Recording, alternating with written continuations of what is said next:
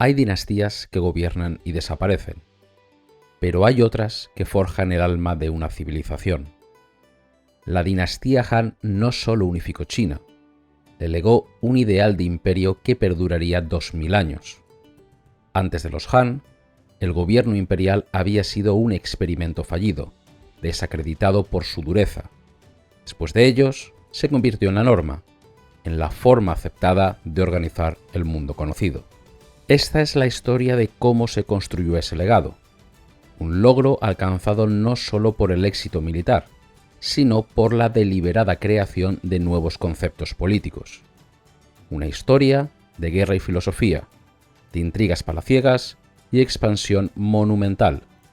Es la historia de cómo una familia de origen humilde llegó a definir el concepto mismo de China. La historia de China.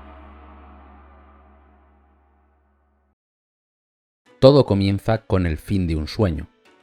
En el año 210 a.C., el primer imperio unificado de China, la dinastía Qin, se desmorona. Su sistema de control centralizado, que había aplastado reinos ancestrales con sus tradiciones e historias propias, demostró ser su mayor debilidad. Al organizar el imperio exclusivamente en comandancias controladas desde el centro y rechazar la creación de feudos para sus parientes, los Qin evitaron el surgimiento de adversarios regionales, pero dejaron las provincias sin una autoridad efectiva y localmente arraigada.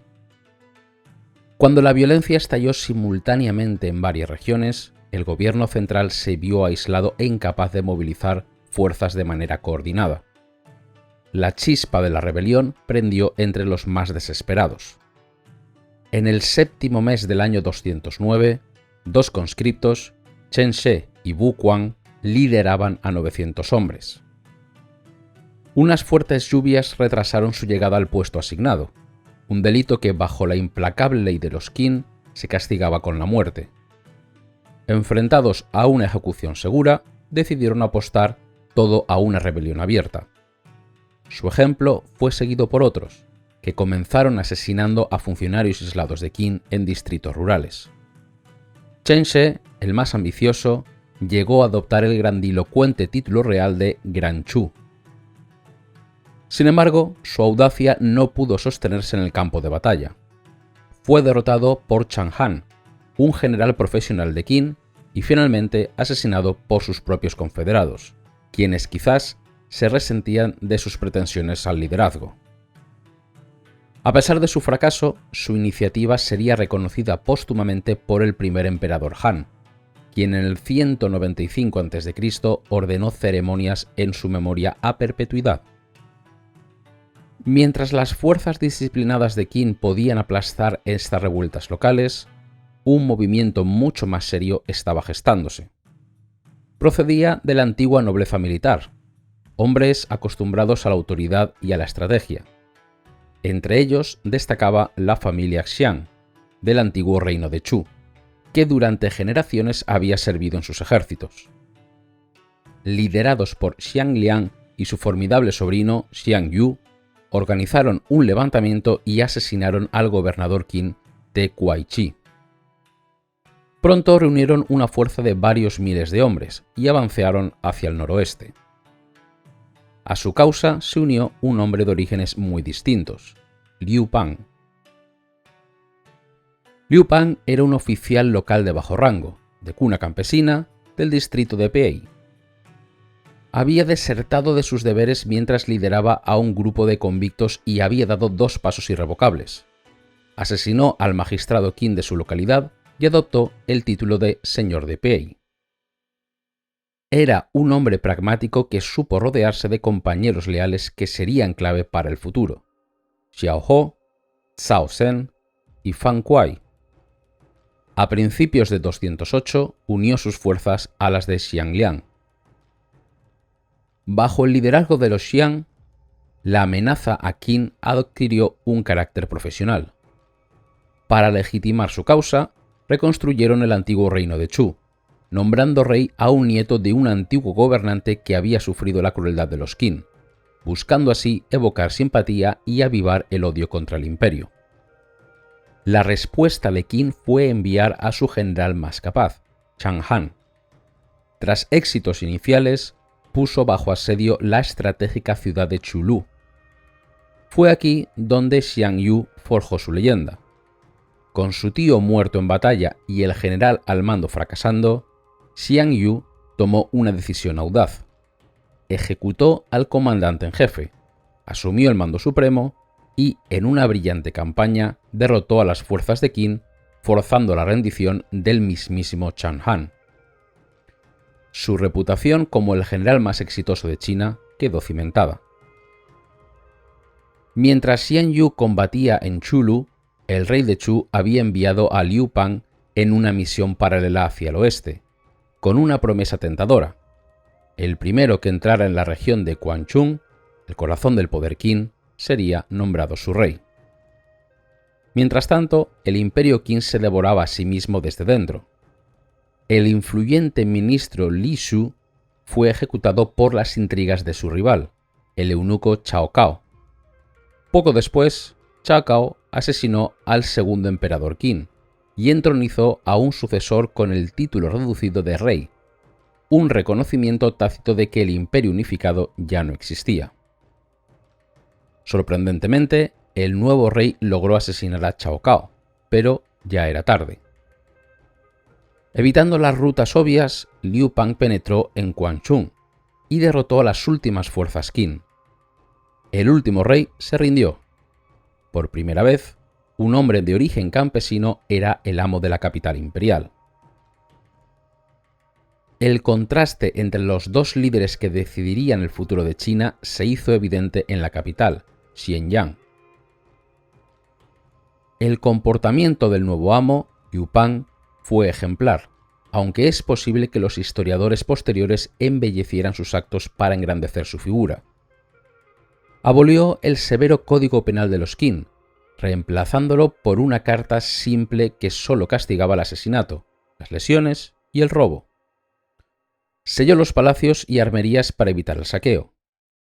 Su seguidor más capaz, Xiao Ho, se aseguró de incautar todos los documentos estatales, registros de tierras, mapas y procedimientos legales, una mina de oro para quien quisiera gobernar. 2 meses después, Xiang Yu llegó a la capital. Su entrada fue un baño de sangre y fuego. Ejecutó al último rey Qin y a toda su familia, repartió los tesoros del palacio entre sus oficiales, incendió los magníficos edificios y permitió a sus tropas profanar el mausoleo del primer emperador. Sus acciones políticas fueron igualmente drásticas. Xiang Yu no concebía un imperio centralizado. Su visión era un retorno al pasado, a un mosaico de estados. Creó una confederación de 18 reinos para satisfacer a los líderes más poderosos y se nombró a sí mismo rey protector de Chu Occidental, el líder de todos ellos. A Liu Pang, a quien se le había prometido el próspero reino de Quanchun, se le concedió el remoto y aislado territorio de Hanshun, al sur de las montañas Xingling. Xiang Yu esperaba que la distancia lo mantuviera a salvo de su rival. Esto fue un error de cálculo fatal.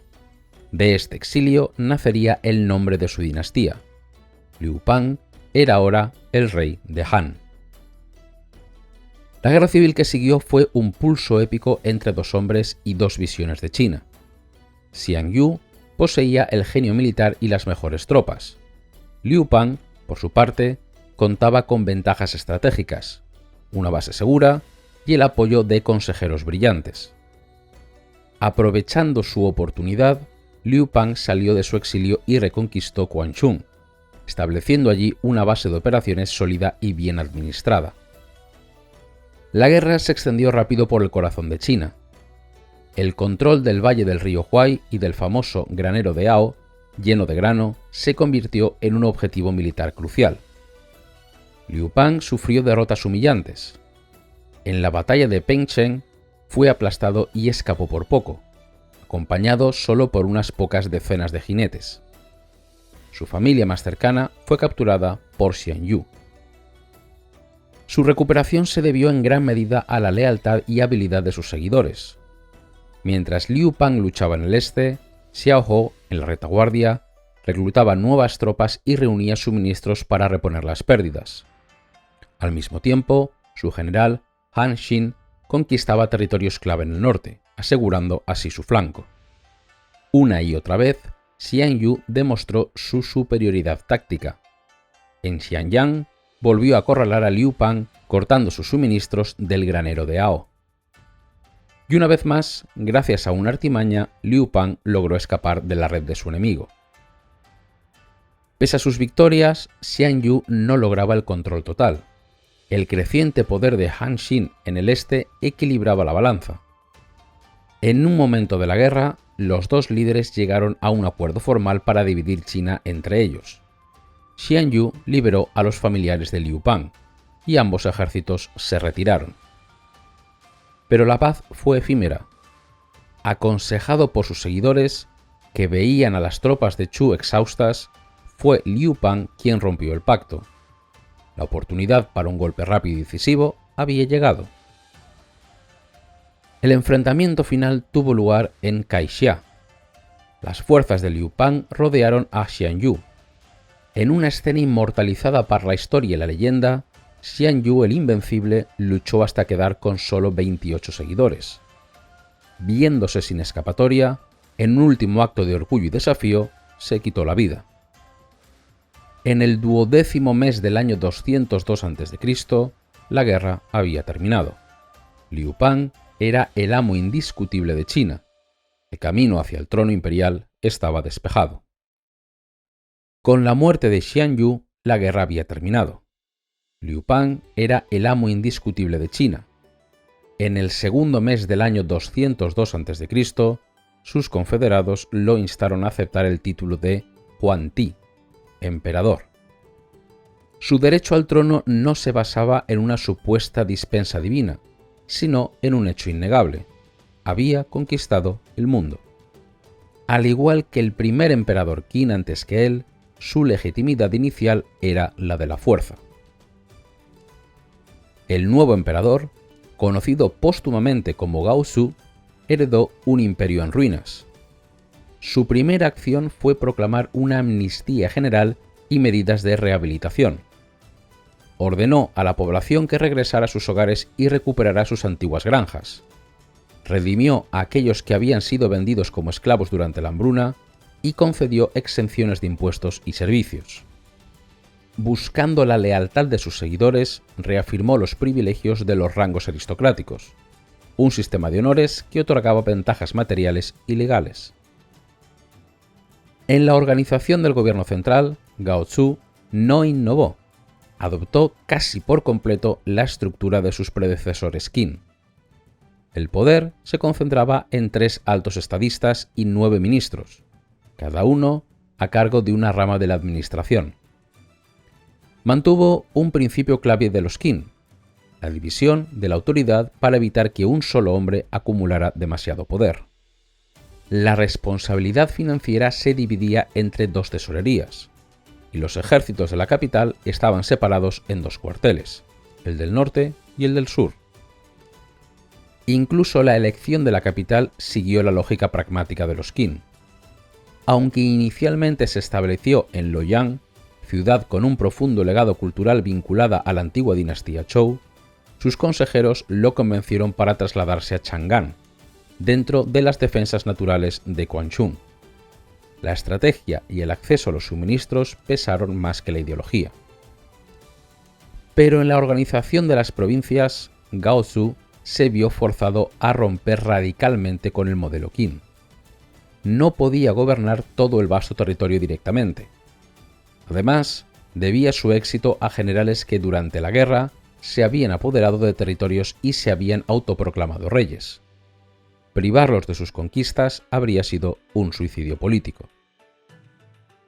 El resultado fue un imperio híbrido, nacido de la necesidad y del compromiso.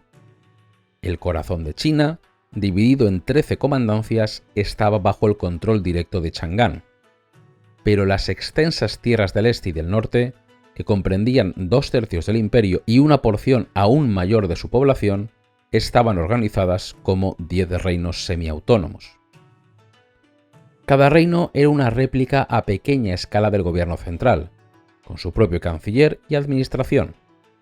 Eran responsables de recaudar impuestos y de la defensa, actuando como un valioso baluarte contra disidentes locales o enemigos externos.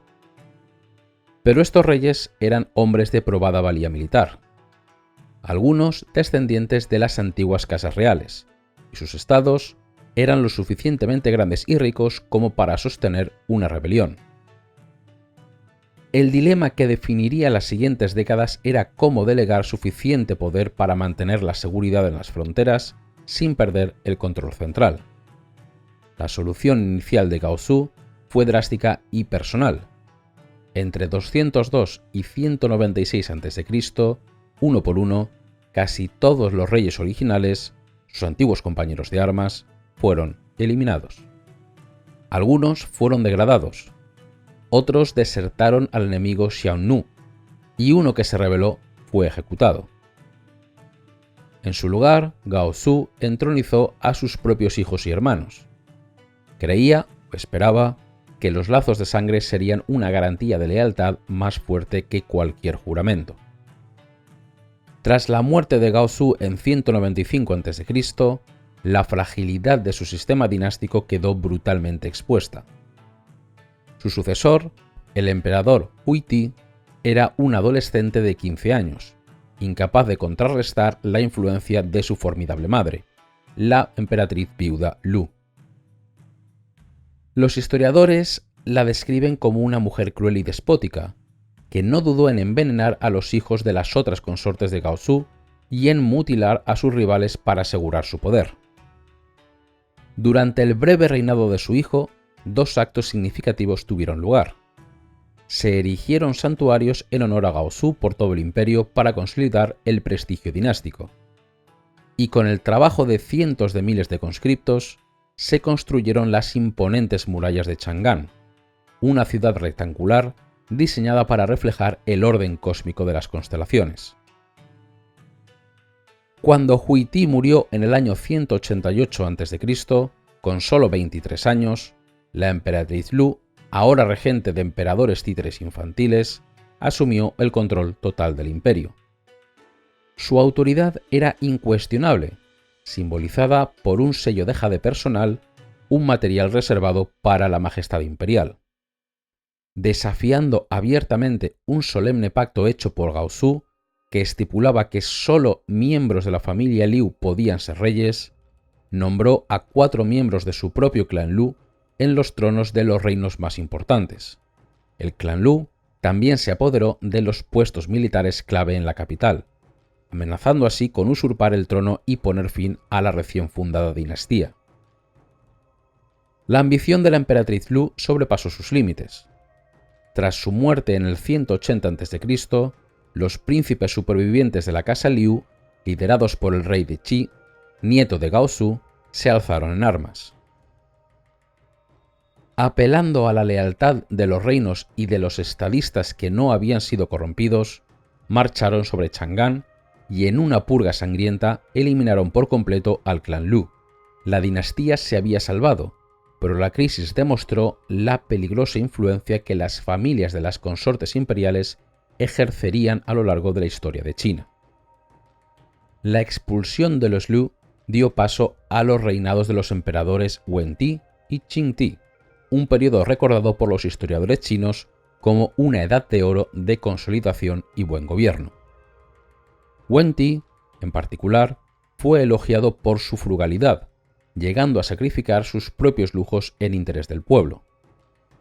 Fue una era de paz interna que permitió al imperio acumular una enorme riqueza. Se redujeron los impuestos sobre la producción agrícola y se concedieron amnistías con frecuencia, buscando la lealtad de la población. Pero bajo esta superficie de calma, los estadistas del imperio trabajaban incansablemente para resolver la contradicción fundamental del sistema de Gaozu, el poder de los reinos. Dos hombres, Chai Yi y Cao Cao, fueron los arquitectos intelectuales de esta consolidación. Ambos eran defensores de un estado fuerte y centralizado, y advirtieron a sus emperadores que la única forma de garantizar la seguridad a largo plazo era reducir el poder y el tamaño de los reinos. Veían con claridad que, con el paso de las generaciones, los lazos familiares que unían a los reyes con el emperador se debilitarían y la lealtad ya no estaría garantizada. La estrategia fue sistemática y paciente. Aprovechando cada oportunidad, como la muerte de un rey sin heredero o un complot de rebelión, el gobierno central dividía los grandes reinos en unidades más pequeñas, colocando en sus tronos a parientes más jóvenes y leales al emperador. Reinos poderosos y ricos en recursos como Qi, famosos por su sal, hierro y seda, fueron fragmentados en hasta 6 principados menores. El punto culminante de este proceso llegó en el año 154 a.C. El rey de Wu, un pariente lejano del emperador, resentido por la muerte de su hijo a manos del entonces príncipe heredero, lideró una revuelta masiva junto a otros 6 reyes. Fue la prueba de fuego para el gobierno central. El emperador Qingdi, aconsejado por Cao Cao, no dudó. El levantamiento, conocido como la Rebelión de los 7 Reyes, fue aplastado con contundencia. Irónicamente, Cao Cao, el principal defensor de la mano dura, fue ejecutado por instigación de sus rivales, como un chivo expiatorio para aplacar a los rebeldes. Esto, sin embargo, fue inútil. La rebelión continuó y su supresión marcó un punto de no retorno. Tras la victoria, el gobierno imperial extendió sus comandancias directamente hasta la costa, aislando y truncando los antiguos reinos, que quedaron reducidos a sombras de su antiguo poder. Finalmente, en 145 a.C., se dio el golpe de gracia constitucional. Los puestos más altos en las administraciones de los reinos fueron abolidos o pasaron a ser nombrados directamente por el gobierno central. El pulso entre el poder central y las fuerzas regionales había terminado. La visión de un imperio verdaderamente unificado y controlado desde una única capital estaba a punto de alcanzar su máxima expresión. Para el año 141 a.C., los cimientos del imperio estaban firmemente asentados. La autoridad del gobierno central era indiscutible y las arcas del Estado estaban llenas. China, pacificada y próspera, estaba lista para una nueva era de ambición, poder y expansión sin precedentes. Un nuevo emperador, joven y vigoroso, subía al trono, Wu Ti. En el año 141 a.C., un joven de 16 años ascendió al trono del dragón. Conocido en la historia como Wu Ti, su reinado de 54 años marcaría un punto de inflexión, una nueva y audaz era en la historia de China. La paciente consolidación de sus predecesores había forjado un imperio fuerte y próspero. Los graneros estaban llenos, las arcas del tesoro rebosaban, y la población gozaba de una paz relativa. Wu Ti heredó esta fuerza y la desataría sobre el mundo con una energía sin precedentes. Con la creciente complejidad del Estado, una de las primeras necesidades del nuevo reinado fue la de reclutar más y mejor administradores. Wu Ti reactivó y formalizó los llamamientos para que los altos funcionarios recomendaran a hombres de integridad e inteligencia, capaces de hablar con franqueza sobre los grandes asuntos del Estado. De estos humildes comienzos nacería, con el tiempo, el complejo sistema de exámenes imperiales que caracterizaría a China durante siglos. Pero el cambio más profundo fue ideológico.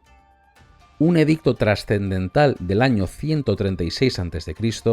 estableció puestos académicos oficiales dedicados al estudio de 5 obras clásicas asociadas a Confucio: el libro de los cambios, el libro de las canciones, el libro de los documentos, los ritos y los anales de primavera y otoño. Este fue el nacimiento del canon confuciano como la base fundamental para la educación de los funcionarios de China. A partir del 124 a.C. se ordenó que una cuota de 50 alumnos fuera enviada a la capital para su formación. La moralidad y la tradición se convertían en una herramienta del Estado.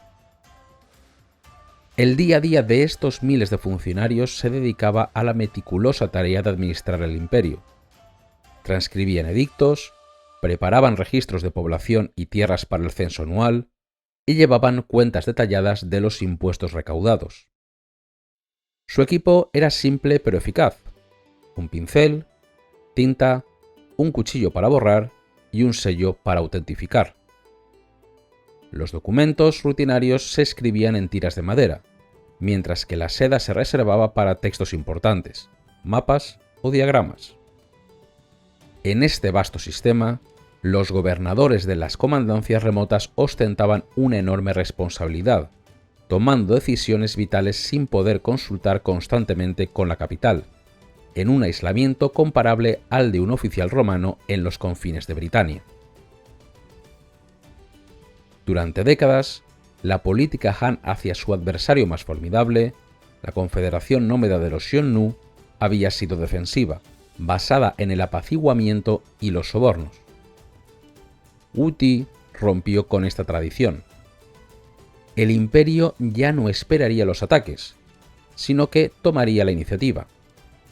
A partir del 133 a.C., lanzó una serie de campañas ofensivas a una escala nunca antes vista, bajo el mando de generales de renombre como Li Kuan, Wei Qin y Huo Chunping. Significativamente, Wei Qin y Huo Chunping, los generales más exitosos, eran el hermano y el sobrino respectivamente de la emperatriz Wei, la consorte de Wu Ti.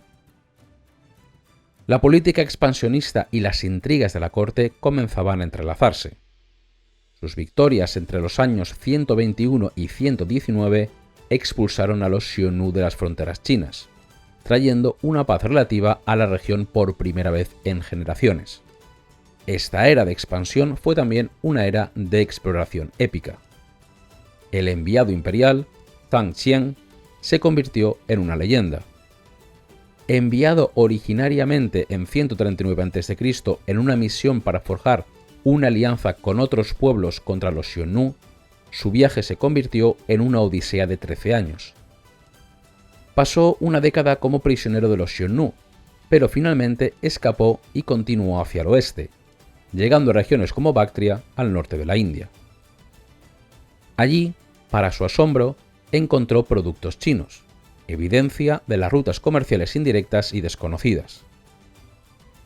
Sus informes a su regreso revolucionaron la visión del mundo de los Han. Habló de reinos ricos, de la posibilidad de un comercio lucrativo y de la ventaja estratégica de forjar alianzas para aislar a los Xiongnu. El consejo de Zhang Qian cambió el rumbo de la expansión Han. Las antiguas líneas defensivas se extendieron hacia el oeste, terminando en la legendaria Puerta de Jade, cerca de Tunhuang.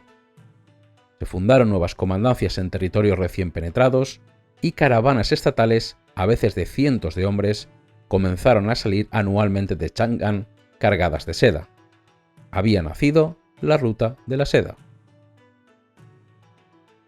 Las ambiciones de Wu Ti tenían un precio exorbitante.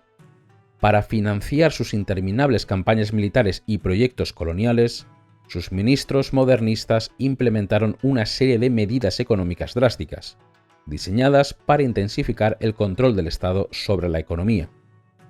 Bajo la dirección del brillante Shen Huangyang, un experto en finanzas de origen mercantil, el Estado tomó el control de las industrias más lucrativas del imperio.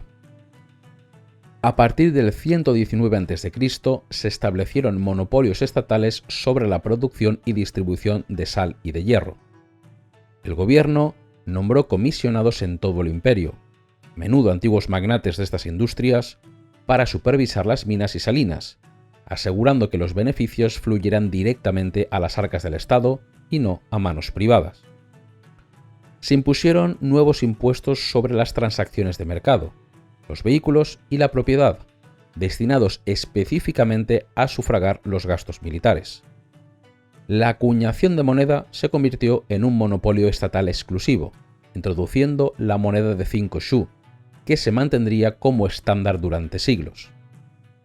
Se crearon agencias para estabilizar los precios de los productos básicos y coordinar el transporte, buscando así evitar la especulación y las hambrunas locales. Estas políticas, que concentraban un poder económico sin precedentes en manos del gobierno, no surgieron sin críticas. Los reformistas, como el filósofo Tung Chun-Shu, protestaron enérgicamente, argumentando que estas medidas ensanchaban la brecha entre ricos y pobres. Causaban además un grave deterioro de la vida del campesino. El largo reinado de Wu Ti no solo estuvo marcado por la expansión y la reforma económica, sino también por complejas y sangrientas luchas de poder dentro de la ciudad prohibida. Las rivalidades políticas se entrelazaron fatalmente con la cuestión de la sucesión imperial, y la fortuna de un estadista o de una política podía depender del favor que gozaran una emperatriz o un heredero. La primera emperatriz de Wu Ti, Cheen, fue depuesta en 130 a.C., tras ser acusada de recurrir a la brujería para concebir un heredero. 300 miembros de la corte fueron ejecutados en el escándalo. Su sucesora, la emperatriz Wei, vio a su familia, los generales Wei Qing y Huo Chunping, alcanzar la cima del poder militar y político. Su hijo, Liu Shu, fue nombrado heredero aparente en el año 122. Durante casi 3 décadas, la familia Wei dominó la corte. Pero el favor imperial es voluble.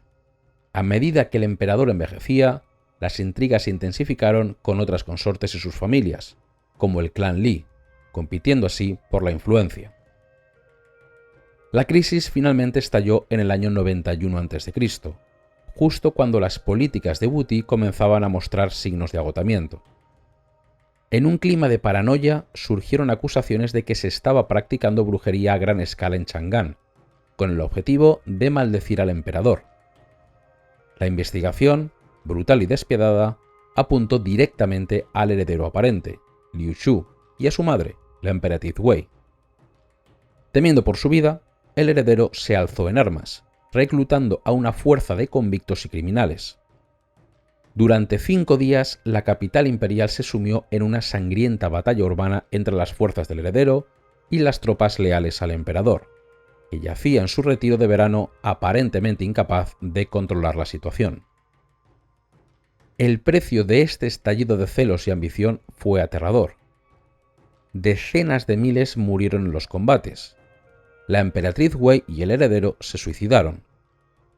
2 de las hijas de la emperatriz fueron ejecutadas, y toda la familia Wei fue prácticamente exterminada.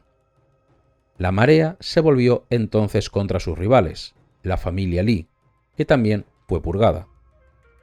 En el lapso de unos meses, las 2 familias de consortes más poderosas del imperio se aniquilaron mutuamente. El emperador, ahora con más de 60 años, se encontraba sin emperatriz y por primera vez en 30 años sin un heredero designado. El glorioso reinado de Wu Ti, que había llevado al imperio Han a su máxima extensión, terminaba con un baño de sangre y discordia dinástica. El hombre que había consolidado el imperio lo dejaba ahora al borde de la incertidumbre, con un vacío de poder que sería llenado por un hombre destinado a gobernar China desde las sombras durante las próximas décadas, Huo Quan. En la primavera del año 87 a.C., el emperador Wu Ti, el conquistador, yacía moribundo. Su largo y glorioso reinado terminaba en un mar de incertidumbre. La crisis de brujería había aniquilado a su heredero, y el trono estaba vacante. El futuro del imperio, que había llegado a su apogeo, pendía de un hilo. En sus últimos momentos, el viejo emperador tomó una decisión que marcaría el destino de China durante las siguientes 2 décadas. El poder no pasaría a un sucesor fuerte, sino a un comité de regencia. La responsabilidad recayó en un triunvirato de sus hombres de mayor confianza, liderado por Hua Quan, un pariente de la difunta emperatriz Wei, que había servido discretamente en la corte durante años, sobreviviendo a todas las purgas. Su plan era simple y eficaz: entronizar a un niño. El elegido fue Liu Fulin, el hijo de 8 años de una de las consortes menores del emperador. 2 días después de ser nombrado heredero, su padre murió y el niño se convirtió en el emperador Chao Ti. El poder real ahora descansaba firmemente en las manos del mariscal de estado y regente, Huo Quan.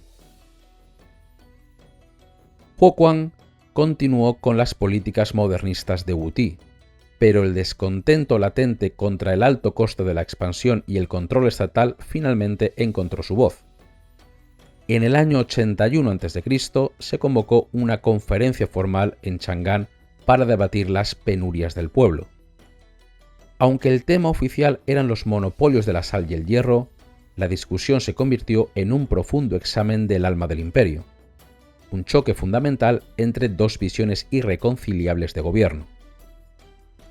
De un lado estaban los portavoces del gobierno, los modernistas. Liderados ideológicamente por el legado de Shan Huangyang, veían el Estado como el principal motor de la riqueza y el poder. Justificaban los monopolios argumentando que arrebataban los beneficios de manos privadas para ponerlos al servicio del imperio, financiando así la defensa de las fronteras. Creían en el control del comercio y la industria para asegurar una distribución eficaz de los bienes y en una moneda estable para facilitar las transacciones. Para ello, el objetivo del gobierno era la seguridad y el bienestar material de la población, y la grandeza de las ciudades comerciales era una prueba de su éxito. Del otro lado estaban sus críticos, los reformistas. Eran eruditos y funcionarios, que veían con alarma la dirección que había tomado el imperio. Su ideal no era el estado fuerte de los Qin, sino el gobierno moral de la antigua dinastía Zhou. Sostenían que la verdadera prosperidad no provenía de la industria controlada por el Estado, sino de la agricultura.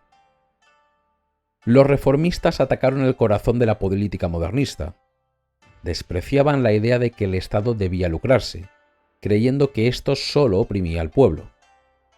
Denunciaban la mala calidad de las herramientas producidas por los monopolios de hierro y el abuso del trabajo forzado. Veían el comercio exterior no como una fuente de riqueza, sino como un intercambio de sedas valiosas por baratijas exóticas que solo servían para adornar el palacio. Su crítica era fundamentalmente moral. Acusaban al gobierno de crear una grave disparidad entre ricos y pobres. La opulencia de la capital, decían, no era un motivo de orgullo, sino de vergüenza, un símbolo de la decadencia moral y de la explotación del campesinado. La disputa se extendió a la política exterior. Los modernistas defendían la expansión y las campañas ofensivas como la mejor manera de garantizar una paz duradera con los Xiongnu. Los reformistas, sin embargo, lo consideraban un despilfarro costoso en vidas y recursos, que había debilitado a China sin garantizar su seguridad.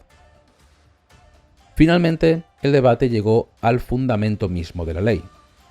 Los modernistas confiaban en las leyes y los castigos para mantener el orden social, siguiendo el ejemplo de los llamados legalistas. Los reformistas, en cambio, defendían la primacía de la educación moral sobre el castigo, argumentando que las leyes del momento eran injustas y que el verdadero cimiento de un gobierno estable residía en los ideales éticos de Confucio y los sabios del pasado.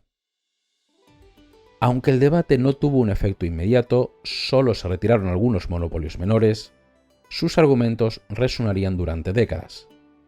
Las ideas reformistas habían sido articuladas con fuerza en el corazón del poder, y su influencia no haría más que crecer. Huo Quan mantuvo el control férreo del gobierno hasta su muerte en el año 68 a.C. Su poder era casi absoluto. Incluso había depuesto a un emperador efímero en el 74 a.C. y entronizado a un joven descendiente de la línea del heredero caído en las purgas de brujería, el futuro emperador Xuanti. Para asegurar su influencia, casó a una de sus propias hijas con el nuevo emperador. Tras su muerte, su familia, liderada por su hijo Huo Yu, se comportó con una arrogancia ostentosa, creyéndose segura en su posición de poder. Pero subestimaron al joven emperador que habían colocado en el trono. Educado fuera de la corte, Xuanti era un hombre pragmático y decidido. En cuanto tuvo la oportunidad, comenzó a afirmar su propia autoridad. El momento de la verdad llegó con una revelación espantosa. Se descubrió que la primera esposa del emperador, la emperatriz Xu, no había muerto por causas naturales, sino que había sido envenenada por la esposa de Huoquan para que su propia hija pudiera convertirse en emperatriz. Huoquan, aunque horrorizado, había ocultado el crimen para proteger a su familia. La revelación fue la chispa que encendió la pira. El emperador Xuanti actuó con rapidez. Despojó a los parientes de Huoquan de sus títulos y poderes y promovió a estadistas que se habían atrevido a criticar a la poderosa familia.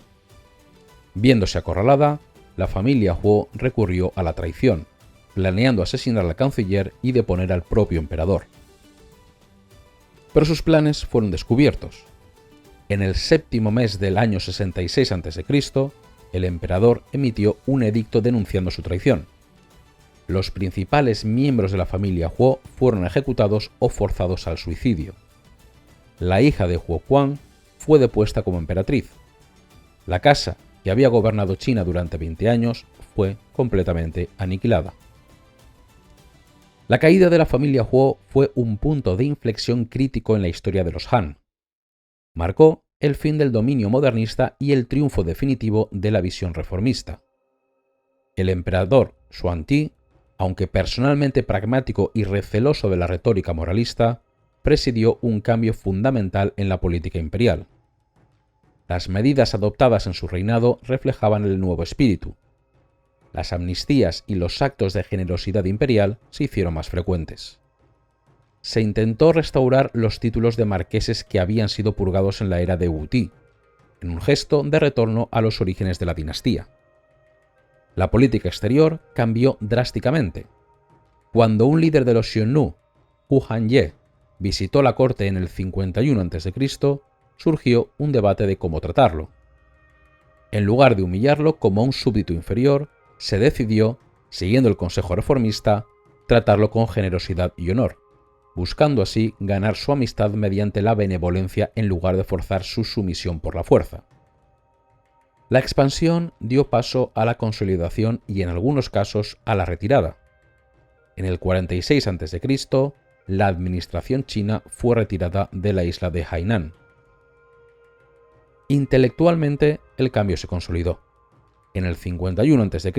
se convocó una gran conferencia de eruditos en el pabellón del Canal de Piedra, para poder así debatir las interpretaciones de los textos canónicos. Figuras como Xiao Wanxi y el joven Liu Xiang, ambos firmes defensores de los ideales de Zhou, ganaron prominencia. El resultado fue la consagración de ciertas interpretaciones de los clásicos confucianos como ortodoxia estatal, afianzando aún más la base ideológica del nuevo rumbo del imperio. Al final del reinado de Xuanti, China había alcanzado un nuevo consenso. La era de la expansión agresiva, del control estatal férreo y de la glorificación del poder material habían terminado. En su lugar, había surgido un imperio más introspectivo, que miraba al pasado en busca de guía, valoraba la economía sobre la extravagancia y la moralidad sobre la fuerza bruta. Este nuevo espíritu reformista dominaría la última década de la dinastía Han anterior, pero esta búsqueda de la perfección moral del pasado no lograría evitar el lento declive que ya se cernía sobre el futuro. El triunfo de la ideología reformista no trajo la edad de oro que sus defensores anhelaban. Con la llegada al trono del emperador Yuan-ti en el 49 a.C., el imperio entró en su etapa final. Yuan-ti y sus sucesores, Sheng-ti y Ai-ti, presidieron un estado que, en la superficie, abrazaba la austeridad y la moralidad del pasado, pero que por dentro estaba siendo carcomido por la parálisis política y la lucha de facciones. La agenda reformista se implementó con fervor. Se ordenaron drásticas reducciones en los lujos del palacio, se abolieron los establecimientos de carruajes imperiales, se suspendieron juegos y entretenimientos, e incluso se economizó en los banquetes. Se intentó purgar las prácticas religiosas del Estado, aboliendo cientos de santuarios considerados excesivos, y en un acto simbólico de inmensa carga ideológica, se reemplazó el culto a los antiguos poderes por el culto al cielo, el dios de la reverenciada dinastía Zhou. Pero estas reformas no podían detener la desintegración del poder central. La corte se convirtió en un campo de batalla para las familias de las consortes imperiales, que ahora ejercían una influencia casi sin precedentes. La familia Wang, de la que provenía la emperatriz de Yuan-ti, se estableció como la más poderosa, ocupando el puesto de mariscal de Estado y regente durante décadas, creando así una tendencia casi hereditaria del poder. La vida política se vio paralizada por la rivalidad entre los Wang y las familias de otras consortes, como los Fu y los Qin. Al mismo tiempo, el poder de los eunucos de palacio crecía en las sombras, tejiendo sus propias redes de influencia. Figuras como Xi Xian llegaron a dirigir el secretariado, controlando así el flujo de información hacia el trono cada vez más aislado. En medio de este caos, la cuestión de la sucesión imperial se convirtió en el arma principal de las facciones. El emperador Shen Ti murió sin un heredero varón legítimo, desatando así una feroz lucha por nombrar un sucesor. De este nido de intrigas emergió la figura dominante de la época, Wang Mang. Sobrino de la gran emperatriz viuda Wang, ascendió al poder gracias a su reputación de erudito confuciano, su piedad filial y una modestia calculada. Se convirtió en el último y más poderoso de los regentes del clan Wang. Tras la muerte del emperador Ai-Ti en el año 1 a.C., Wang Mang, con el respaldo de la gran emperatriz viuda, se convirtió en el árbitro del imperio. Colocó en el trono a un niño de 9 años, Ping Ti, y casó a su propia hija con él, asegurando así su posición como guardián y futuro abuelo del próximo emperador. A los ojos de muchos, él era la personificación del ideal reformista, un nuevo duque de Zhou destinado a restaurar la virtud en un tiempo de decadencia. Pero la muerte repentina del joven Ping Ti en el año 6 de nuestra era cambió radicalmente la situación. Los enemigos de Wang Mang lo acusaron de asesinato, un cargo nunca probado y probablemente falso, ya que la muerte del emperador iba en contra de sus propios intereses. Sin embargo, lo colocó en un dilema. Para mantener el poder, debía elegir a otro niño como emperador, un acto que revelaría su ambición. Eligió al candidato más joven posible, un infante de 2 años llamado Liu Ying. Luego, en medio de una avalancha de presagios y profecías cuidadosamente orquestadas que proclamaban que el mandato del cielo había pasado de la casa Liu a la suya, Wang Mang dio el paso final. En el año 9 de nuestra era, declaró la dinastía Han extinta y se proclamó emperador de una nueva dinastía, la Xin. El reinado de Wang Mang no fue una simple usurpación, sino el intento más ambicioso de la historia china de gobernar un imperio basándose estrictamente en la letra de los textos clásicos. Fue la culminación de la ideología reformista. Prohibió la compra y venta de tierras y esclavos, e intentó una masiva redistribución de la tierra para que cada familia tuviera una parcela estándar. Reorganizó por completo la burocracia con nuevos títulos arcaicos extraídos de los clásicos. Nacionalizó las montañas y los ríos y reafirmó los monopolios estatales sobre la sal, el hierro, el licor y la acuñación de moneda. Introdujo múltiples reformas monetarias, creando nuevas denominaciones que llevaron al caos económico. Sus políticas no eran en su mayoría innovaciones radicales, sino la continuación o intensificación de medidas ya existentes en la era Han, pero aplicadas con un dogmatismo inflexible que ignoraba la realidad práctica. Su política exterior, igualmente guiada por un idealismo rígido, fue desastrosa. Intentó tratar a los líderes Xiongnu como súbditos, rompiendo décadas de frágil diplomacia y reavivando la guerra en la frontera norte. Sus campañas en el sur y el suroeste también generaron resentimiento y rebelión. Pero el fin del sueño de Wang Mang no vino de sus enemigos políticos, sino de la fuerza más poderosa de China, el río Amarillo. En los primeros años de nuestra era, el río cambió catastróficamente su curso, rompiendo sus diques y provocando inundaciones masivas en la gran llanura del norte, el corazón agrícola del imperio. Fue un desastre de proporciones bíblicas. Millones de personas murieron o fueron desplazadas. La hambruna se extendió y los supervivientes se agruparon en bandas de campesinos desesperados para sobrevivir. La catástrofe fue interpretada como una señal inequívoca de que el cielo había retirado a su favor al autoproclamado emperador filósofo. De este caos surgió el movimiento más formidable, los Cejas Rojas.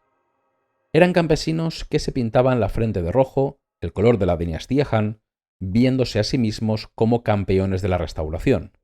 Sin una ideología compleja más allá del hambre, su número y desesperación los hicieron casi invencibles. En el año 22, un gran ejército enviado por Wang Mang fue aniquilado por ellos en Shantung. Mientras los Cejas Rojas asolaban el este, en la comandancia de Nanyang, hogar de varias ramas de la antigua familia imperial Liu, la aristocracia local decidió actuar. Liderados por los hermanos Liu Yen y Liu Shu, descendientes lejanos de los emperadores Han, canalizaron el descontento popular y se alzaron en armas. La guerra civil que siguió fue un conflicto brutal y fragmentado. Los rebeldes de Nanyang se aliaron con otras bandas de campesinos y, tras varias victorias decisivas, proclamaron a un pariente, Liu Xuan, como el nuevo emperador Kangxi, el emperador de un nuevo comienzo. En el año 23, las fuerzas de la restauración marcharon sobre Chang'an. La capital, defendida débilmente, cayó ante una turba enfurecida. Wang Mang, abandonado casi por todos, hizo su última resistencia en una torre del palacio. Fue masacrado, su cuerpo desmembrado y su cabeza enviada como trofeo. La dinastía Xin había terminado. Pero la restauración estaba lejos de ser estable. El emperador Kangxi demostró ser un líder débil, incapaz de controlar a las facciones y líderes campesinos que lo habían aupado al poder. En un acto de celos, ejecutó al carismático líder Liu Yen. Su hermano menor, Liu Shu, un estratega militar brillante y paciente, fue enviado al norte, lejos de la corte. Fue allí donde, lejos de las intrigas, construyó su propia base de poder. El régimen de Kangxi colapsó cuando los Cejas Rojas, después de saquear el este, marcharon sobre Chang'an. La capital fue tomada de nuevo y el emperador Kangxi se rindió y fue ejecutado poco después. De las cenizas de esta segunda caída de Chang'an surgió el verdadero restaurador. El 5 de agosto del año 25, Liu Shu se proclamó emperador en el norte. Sería conocido como el emperador Quan Wuti. La dinastía Han había vuelto a nacer. Fundó una nueva capital no en la devastada Chang'an, sino en Luoyang, más al este. Durante la siguiente década, en una ardua guerra civil, derrotó a todos los demás pretendientes y a los Cejas Rojas, unificando así China una vez más bajo el estandarte de Han. La dinastía Han tardía, o Han del Este, duraría otros 200 años, pero nunca recuperaría el vigor y la confianza de su predecesora. El poder se concentró aún más en la corte, con los emperadores dependiendo cada vez más de las familias de sus consortes y de los eunucos de palacio. La historia de la dinastía Han tardía es una crónica de lucha de facciones. El poder oscilaba violentamente entre las grandes familias de las emperatrices, clanes como los Ma, los Zhou o los Liang, y los eunucos, que actuaban como protectores del trono para asegurar su propia supervivencia. Una sucesión de emperadores niños o débiles convirtió a las emperatrices viudas en regentes, y a sus familias en los amos del imperio, hasta que el emperador, de crecer, se aliaba con los eunucos para derrocarlos en sangrientas purgas. Este ciclo vicioso erosionó la autoridad del gobierno, la corrupción se generalizó, los puestos en la burocracia se vendían al mejor postor, y la persecución de los funcionarios puros que se oponían a los eunucos, la llamada Gran Proscripción, diezmó la administración. Al igual que con Wang Mang, la señal del fin vino con una convulsión social y religiosa. En el año 184 estalló la rebelión de los turbantes amarillos, un movimiento mesiánico de inspiración taoísta que prometía el fin de la era azul de los Han y el advenimiento de una nueva era amarilla de gran paz. Cientos de miles se alzaron en todo el imperio. Aunque la rebelión fue finalmente aplastada, rompió la espina dorsal del gobierno Han. Para combatirla, la corte se vio obligada a delegar un poder militar sin precedentes en gobernadores provinciales y generales. Estos hombres se convirtieron en señores de la guerra semi-independientes. El colapso final fue, por tanto, rápido y brutal. En el 189, tras la muerte del emperador Ling Ti, una lucha de poder entre las familias de la emperatriz, lideradas por el general He Jin y los eunucos, culminó en un baño de sangre.